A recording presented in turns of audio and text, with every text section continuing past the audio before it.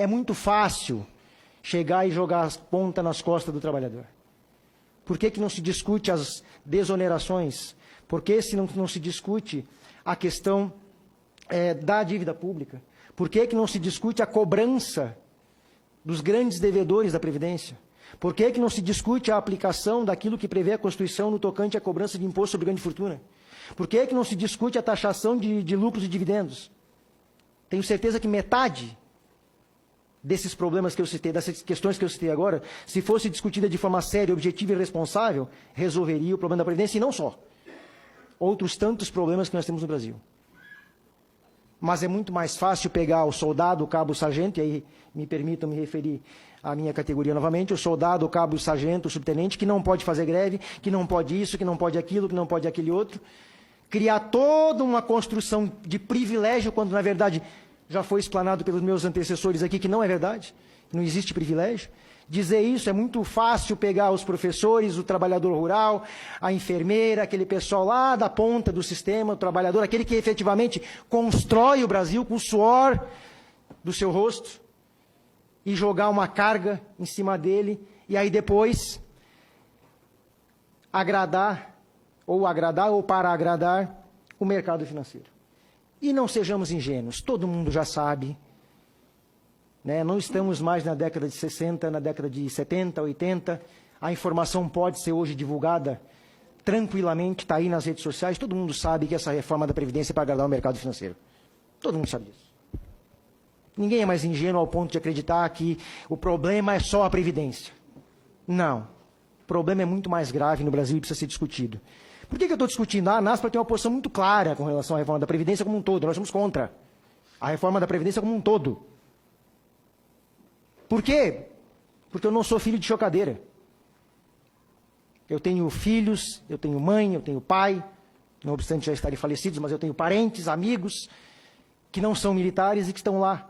Professores, a minha esposa é professora, que estão lá no seu dia a dia tentando. E por isso que nós somos contra a reforma, porque ela vai trazer problemas sérios para o Brasil, para a população brasileira, para o povo trabalhador e, por conseguinte, para a segurança pública. A reforma da Previdência vai agravar os problemas de segurança pública, como agravou a emenda constitucional 95, que deixou de investir em saúde, deixou de investir em educação, deixou de investir em segurança pública.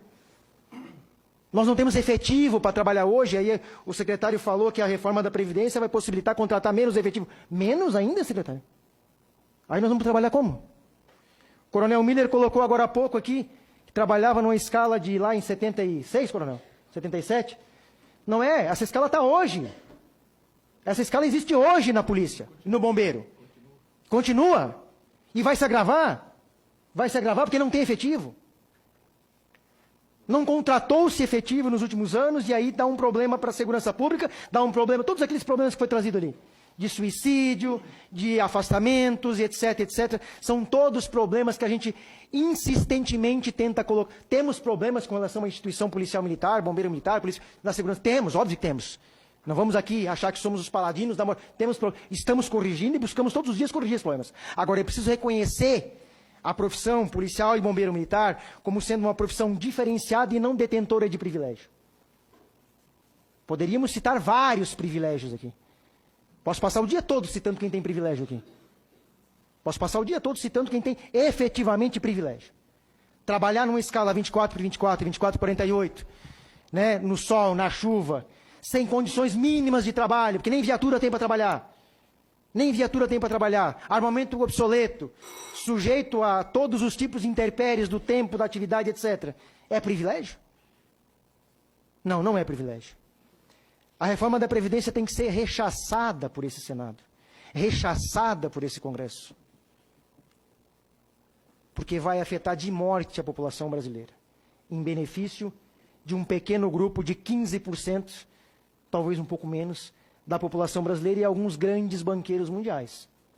Tem vários, essa semana eu li uma reportagem, acho que foi ontem, li uma reportagem numa revista de circulação nacional, trazendo a comparação das reformas de previdência de outros países, e aí a do Chile, a questão da capitalização, entre outras tantas coisas. Está muito claro que essa reforma veio para agradar um determinado segmento, em detrimento da população brasileira. E é lamentável que a gente tenha que estar aqui discutindo o óbvio. O que é discutir o óbvio? É discutir a manutenção de direitos. Discutir o óbvio é hoje discutir a manutenção de direitos. Infelizmente, é preciso que a gente faça isso, e a ANASPRA tem uma posição muito clara com relação a isso, né? Vamos trabalhar na perspectiva, obviamente, de orientar a nossa categoria a ser contra a reforma da Previdência, independente, e aqui repito, não é uma questão ideológica político-partidária, porque nós somos contra a reforma da Previdência no governo Lula, no Fernando Henrique, na Dilma, no Temer, estamos aqui sendo contra a reforma da Previdência, porque somos contra destruir direitos trabalhistas, direitos previdenciários, direitos de assistência social, direitos que garantem ainda um mínimo de dignidade para a sociedade brasileira e para a população brasileira. Isso vai ser extirpado a partir dessa reforma. E isso vai trazer sérios problemas para aquele trabalhador, aquela trabalhadora. Uma reforma da Previdência justa, que retira e joga 35 anos para as mulheres policiais e bombeiros militares. Hoje, em alguns estados, e a gente tem trabalhado para modificar em todos, a mulher policial e a mulher bombeiro militar é 25 anos de contribuição. Agora, de uma legislação só, passam para 35 anos. O que é um absurdo numa perspectiva em que a gente tem que trazer uma igualdade nessa lógica de gênero, enfim, tanto no Brasil, mas principalmente na questão da segurança pública, que é um universo extremamente masculinizado e machista. O índice de assédio moral, de assédio sexual, agora ainda querem retirar um direito, uma garantia que as mulheres têm na segurança pública. Dá para citar outros grandes problemas que tem aqui, mas o ponto fulcral, o ponto central é todos e todas as trabalhadoras brasileiras e os trabalhadores brasileiros têm que se posicionar contrário a essa reforma. Contrário, porque ela vai destruir o nosso sistema de proteção e de garantias, que é o mínimo que ainda se tem hoje. Nós não temos mais saúde pública, nós não temos mais educação pública. A segurança pública está em frangalhos, não por culpa dos profissionais, mas por culpa de um modelo, de um sistema, de um governo, ou de governos que abandonaram a segurança pública nos últimos 35 anos. Jogaram a sua própria sorte. E agora ainda querem tirar o pouco que nos resta, que é o sistema previdenciário. Chega a ser absurdo a gente estar discutindo aqui o óbvio. Então, nos posicionamos contrário, senador, vamos trabalhar contrário a essa situação. Não fomos ouvidos, somos 75% da segurança pública, os praças da polícia e do bombeiro militar somos 75% da segurança pública, e o governo ouviu o general para fazer a minha reforma da Previdência. Ele ouviu o general. O general está tratando da reforma da Previdência do Praça, da Polícia e do Bombeiro Militar, e tratou da reforma, olha, desculpem, com todo respeito, mas cada um no seu quadrado. Cada um no seu quadrado.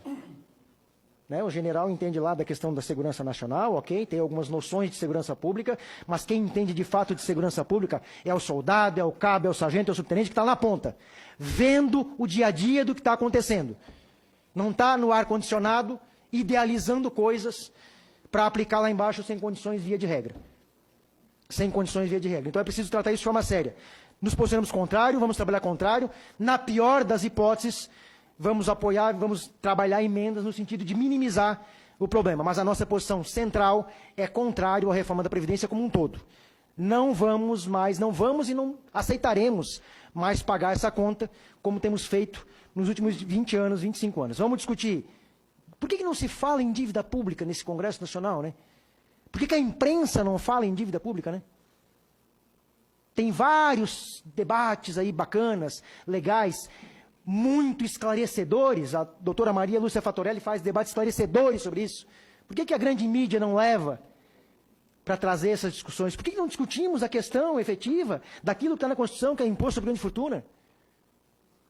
A cobrança, e sendo repetitivo, mas é isso que tem que falar, a cobrança dos devedores da Previdência. Dá para citar o nome, já rolou várias listas aí, né? Bradesco, Itaú, etc. Por que não se discute isso? Agora, é fácil discutir o parco direito do trabalhador. Olha, nós estamos discutindo, capitão, e eu vi esses dias aqui, gente, nós estamos discutindo se vamos diminuir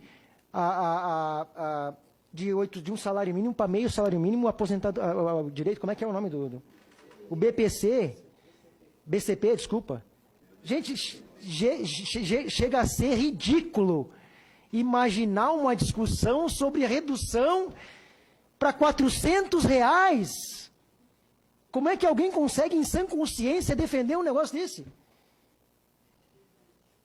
Como é que alguém consegue, em sã consciência, e desculpa, com cara de pau, de pegar um microfone e vir defender a redução para metade disso?